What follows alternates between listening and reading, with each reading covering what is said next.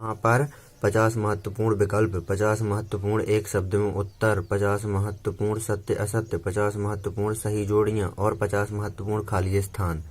इन सभी के वीडियो हम अलग अलग क्रम से बना चुके हैं। अगर आपको सभी वीडियो देखना है तो यहाँ पर डिस्क्रिप्शन में लिंक दिए गए हैं, देख लेना। यहाँ पर आज हम कक्षा 10वीं गणित के 50 महत्वपूर्ण सूत्र देखेंगे, जो कि परीक्षा की दृष्टि से बहुत ही अधिक महत्वपूर्ण है। आपसे किसी भी तरह से ऑब्जेक्टिव टाइप में या एक नंबर में पूछा जा सकते हैं। तो यहाँ पर हम देखते हैं इन सभी सूत्रों को। तो यहाँ पर पहला है समकेंद्रीय वृत्तों के लिए वृत्ताकार पथ का क्षेत्रफल। तो पाई r1 का स्क्वायर माइनस पाई r2 का स्क्वायर, ये रहा पहले का फॉर्मूला। यहाँ पर थीटा कोण वाले त्रिज्यखंड का क्षेत्रफल का फॉर्मूला है थीटा बटे 360 गुणे पाई r स्क्वायर। तीसरा है थीटा कोण वाले त्रिज्यखंड के संगत चाप की लंबाई, इसका फॉर्मूला है थीटा बटे 360 अंश गुणे 2 पाई r। अब यहाँ पर चौथा देखेंगे वृत्त के चतुर्थांश का क्षेत्रफल। तो 1/4 पाई r स्क्वायर। वृत्त का क्षेत्रफल पाई r स्क्वायर होता है, ये हमें पता है। अर्धवृत्त का क्षेत्रफल 1/2 पाई r स्क्वायर। वृत्त की परिधि 2 पाई r होती है। अब हम यहाँ पर 8वां देखेंगे सूत्र। तो यहाँ पर 8वां है घनाभ का विकर्ण। तो इसका फॉर्मूला होता है root of L square plus B square plus H square. L है लंबाई, बी है चौड़ाई, एच है ऊंचाई। और यहाँ पर इस वाले फॉर्मूले में भी एल है लंबाई, बी है चौड़ाई, एच है ऊंचाई। घनाभ का वक्र पृष्ठीय क्षेत्रफल, तो 2 इंटू एल प्लस बी कोष्टक लगा करके और इंटू में ये एच। घनाभ का संपूर्ण पृष्ठीय क्षेत्रफल का फॉर्मूला होता है इस प्रकार की 2 कोष्टक लगा करके L into B plus B into H plus H into L और कोष्टक बंद। घन का पृष्ठीय क्षेत्रफल, तो 4 इंटू ए का वर्ग, ए है यहाँ पर ये भुजा। घन का संपूर्ण पृष्ठीय क्षेत्रफल 6 इंटू ए का वर्ग, यहाँ पर भी ए घन का भुजा है। घन के विकर्ण की लंबाई, तो ए इंटू √3, ए यहाँ पर भुजा है घन की। बेलन का वक्र पृष्ठीय क्षेत्रफल होता है 2 पाई r h। बेलन का संपूर्ण पृष्ठीय क्षेत्रफल 2 पाई r into r plus h। खोखले बेलन का वक्र पृष्ठीय क्षेत्रफल 2 पाई h into small r plus capital R। ये यहाँ पर त्रिज्याएं हैं दोनों। अब यहाँ पर हम 17वां देखेंगे सूत्र। तो यहाँ पर 17वां है खोखले बेलन का संपूर्ण पृष्ठीय क्षेत्रफल। तो 2 पाई h into r plus r, ये यहाँ पर कैपिटल और स्मॉल r है, ये यहाँ पर त्रिज्याएं हैं, प्लस 2 पाई और कोष्टक लगा करके कैपिटल R का स्क्वायर माइनस स्मॉल r का स्क्वायर, ये यहाँ पर दोनों त्रिज्याएं हैं अलग अलग। अब यहाँ पर 18वां शंकु की तिर्यक ऊंचाई l बराबर। तो इसका फॉर्मूला होता है रूट अब H square plus r square. ये r यहाँ पर त्रिज्या है, एच यहाँ पर ऊंचाई। शंकु का वक्र पृष्ठीय क्षेत्रफल पाई r l होता है। शंकु का संपूर्ण पृष्ठीय क्षेत्रफल पाई r into r plus l। अब यहाँ पर हम 21वां देखेंगे फॉर्मूला।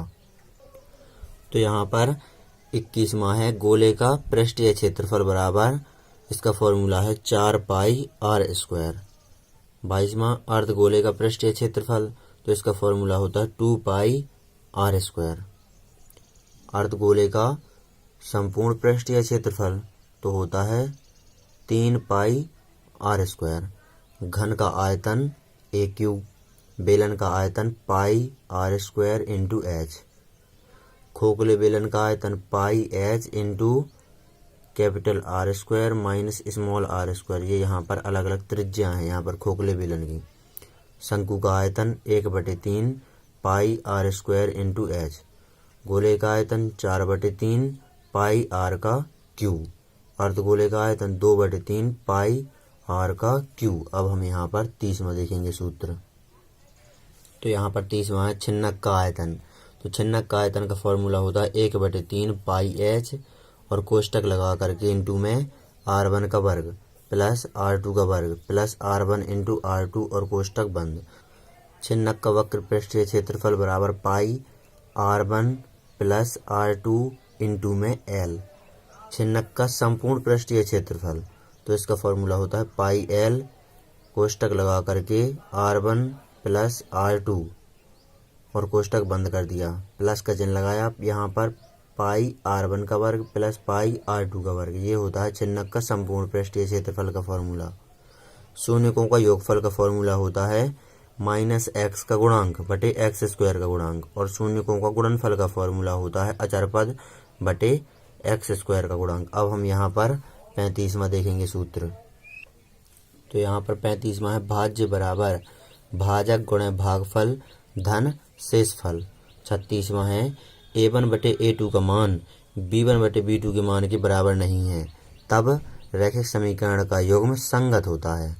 और जब इस प्रकार की स्थिति हो कि a1 बटे a2 का मान b1 बटे b2 के मान के तो बराबर है, लेकिन इन दोनों का मान c1 बटे c2 के मान के बराबर नहीं है, तब होता है रैखिक समीकरण का युग्म असंगत। तीसरी शर्त है यहाँ पर ये a1 बटे a2 का मान b1 बटे b2 का मान और c1 बटे c2 का मान, ये तीनों मान बराबर हों, तब रैखिक समीकरण का युग्म आश्रित संगत होता है। अब यहाँ पर हम 39वां देखेंगे सूत्र। तो यहाँ पर 39वां देखेंगे द्विघात समीकरण के मूल का सूत्र। तो होता है x बराबर minus B plus minus root of B square minus 4ac और पूरे के बटे में 2a। 40वां है व्यक्त कर का formula B square minus 4ac। 41वां है nवां पद, तो इसका फॉर्मूला होता है ए एन बराबर ए प्लस कोष्टक लगा करके n माइनस 1 और इनटू में डी। 42वां है n पदों का योग का फॉर्मूला तो होता है s बराबर n बटे 2 कोष्टक लगा करके 2a plus n minus 1 into D. 43वां है प्रथम n धन पूर्णांकों का योग एच एन बराबर n इंटू n प्लस 1 बटे 2। 44वां है p और q के बीच की दूरी, तो इसका फॉर्मूला होता है root up x2 minus x1 का whole square plus y2 minus y1 का होल स्क्वायर। अब हम यहाँ पर 45वां देखेंगे सूत्र। तो यहाँ पर 45वां है बिंदु P की मूल बिंदु से दूरी, तो इसका फॉर्मूला होता है root of X square plus Y square. 46वां है माध्य ज्ञात करने की प्रत्यक्ष विधि का सूत्र, तो इसका होता है माध्य बराबर sigma F I into X I बटे सिग्मा एफ आई। माध्य ज्ञात करने की कल्पित माध्य विधि, तो इसका फॉर्मूला होता है माध्य बराबर A plus sigma F I into D I बटे सिग्मा एफ आई। अब यहाँ पर 48वां देखेंगे माध्य ज्ञात करने की पग विचलन विधि। तो माध्य ज्ञात करने की पग विचलन विधि का फॉर्मूला होता है इस प्रकार का कि माध्य बराबर ए प्लस एच और कोष्टक लगा करके sigma F I into U I बटे सिग्मा एफ आई। अब हम यहाँ पर 49वां देखेंगे। तो यहाँ पर 49वां है बहुलक बराबर, तो बहुलक का फॉर्मूला होता है कि बहुलक बराबर एल प्लस और कोष्टक लगा करके f1 माइनस f0 बटे 2f1 minus f0 minus f2 और कोष्टक बंद करके इनटू में एच।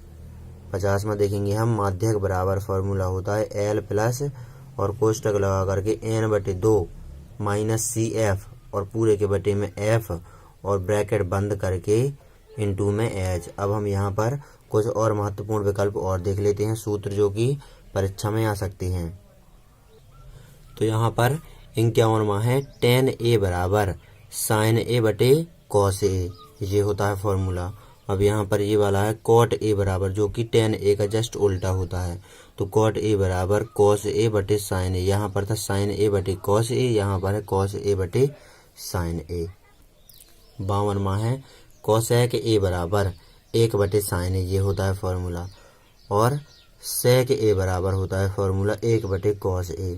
तो ये फॉर्मूले भी आपको याद कर लेना है, परीक्षा में विकल्पों में ये पूछे जा सकते हैं। अब हम यहाँ पर त्रिकोणमितीय अनुपात की सारणी देख लेते हैं।